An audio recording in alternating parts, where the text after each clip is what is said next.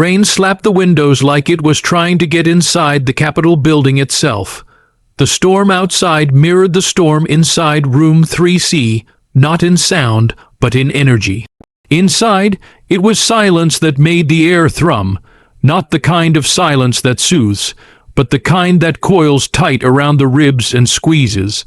All eyes were on the dais. Representative Jasmine Crockett leaned forward, eyebrows arched, lips curled in a smile that said she wasn't here to play nice. Her red blazer gleamed under the harsh fluorescent lights, and her nails, long, sharp, polished obsidian, tapped against the microphone like a slow drumroll before war. "You know, Mr. Kennedy," she said, her voice butter, smooth but edged with ice, for someone so calm, "you sure dodge accountability like a man who's practiced the art of disappearing." The room stiffened, reporters blinked, pens froze mid-word. Her words had weight, the kind that lingers, the kind that wounds if you let them in. Across from her sat Congressman Elijah Kennedy, posture easy, suit tailored, face unreadable. He didn't flinch, didn't even blink, and that was his way. Elijah had always been the stillness in storms. He wasn't born into politics. He'd come up through the cracks, the kid from Baltimore whose father vanished when he was 9, and whose mother cleaned hotels until her back gave out. He learned early that people don't listen just because you speak loud, they listen when you speak with purpose. Crockett, though, had learned the opposite. Raised in a family of preachers and prosecutors in Dallas, Jasmine was a fire that couldn't be contained. She fought her way through every space that tried to mute her, debate teams, courtrooms, campaign trails. Her voice was her armor, her blade, and her legacy. They'd always been a combustible mix, Kennedy's calm against Jasmine's fire. But today felt different. The hearing was about federal oversight of prison contracts, a dry topic to most, until Kennedy's proposed bill threatened to overturn millions in private deals, including some from Jasmine's own state. Allegiances were questioned, motives tangled in headlines, and here they were. "You speak of justice," Jasmine continued, her voice rising just enough to tilt the room. "But when it's time to do justice, you vanish behind platitudes and processes." Kennedy looked up. Slowly, deliberately, the silence stretched. Then he spoke, and his voice was low, so low it made everyone lean in. "I was silent," he said, "because sometimes words cheapen the weight of what we carry. You speak of disappearing, but Jasmine, some of us had to learn how to be invisible just to survive." That landed differently. There was no applause, just a heavy, uncomfortable pause, because Kennedy wasn't talking politics anymore. He was talking about the night he sat in a holding cell at 15 for a crime he didn't commit, because the real suspect had fled and Elijah had been the black kid nearby with no alibi.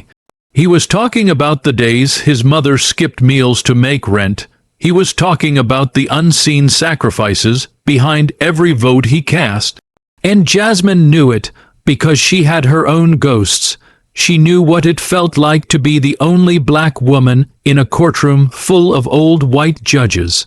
She knew the burn of 1,000 microaggressions, the isolation of excellence. She threw jabs because the world never gave her the chance to be gentle first. But still, she had thrown the jab, and Kennedy's comeback hadn't just hit harder, it had exposed more. The hearing ended in tension, not with shouting, but with a quiet reckoning. But the story didn't end there. Behind closed doors, Kennedy sat alone in his office, flipping through old letters, ones he'd kept from his mother. He read them when the politics got too thick. One in particular always stood out, dated April 3, 2005. "Don't let this world harden you, baby. Let it shape you, not break you. Stay soft enough to feel, strong enough to speak, wise enough to wait. He was still learning how. And across the hall, Jasmine stared at her reflection in the mirror, lipstick faded, eyes tired. Her phone buzzed with texts from allies and critics alike. She turned it face down. That night, she called her sister in Dallas, the one who raised her when their parents split and their home cracked in half. They didn't talk about politics, just life, just love, just memories of late night cereal and reruns of Living Single. She didn't cry, not quite, but she softened. Subplot 1. Meanwhile, a young intern named Alicia sat in the back row of that hearing. 22, fresh from Howard, brimming with ambition and quiet doubt. She'd idolized both Crockett and Kennedy for years, pinning posters to her dorm wall, quoting speeches in her essays. But seeing them now, raw, flawed, real, shifted something. She wasn't here just to climb, she was here to build. That night, she started writing her own op-ed. Not for clout, for clarity, for the kids watching from her hometown in Birmingham, wondering if politics could ever still mean people. Subplot 2. Elsewhere, a reporter named Daniel Reyes sat hunched over his laptop, rewriting his article for the 5th time.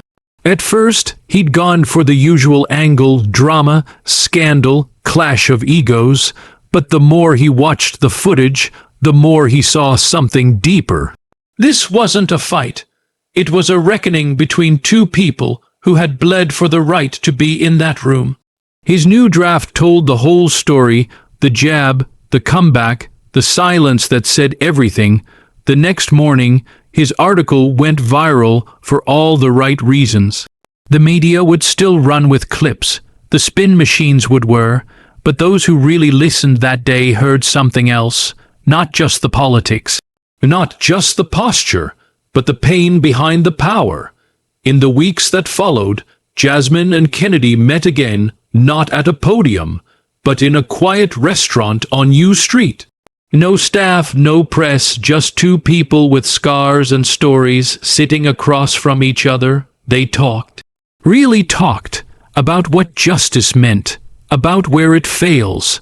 About how they could do better, not alone, but maybe, sometimes, together. The lesson wasn't in the jab. It was in the moment Kennedy didn't swing back. He listened, then answered. Not to win, but to be understood. And that hit harder than any punch ever could. Because in a world loud with conflict, sometimes the calmest voice carries the deepest truth.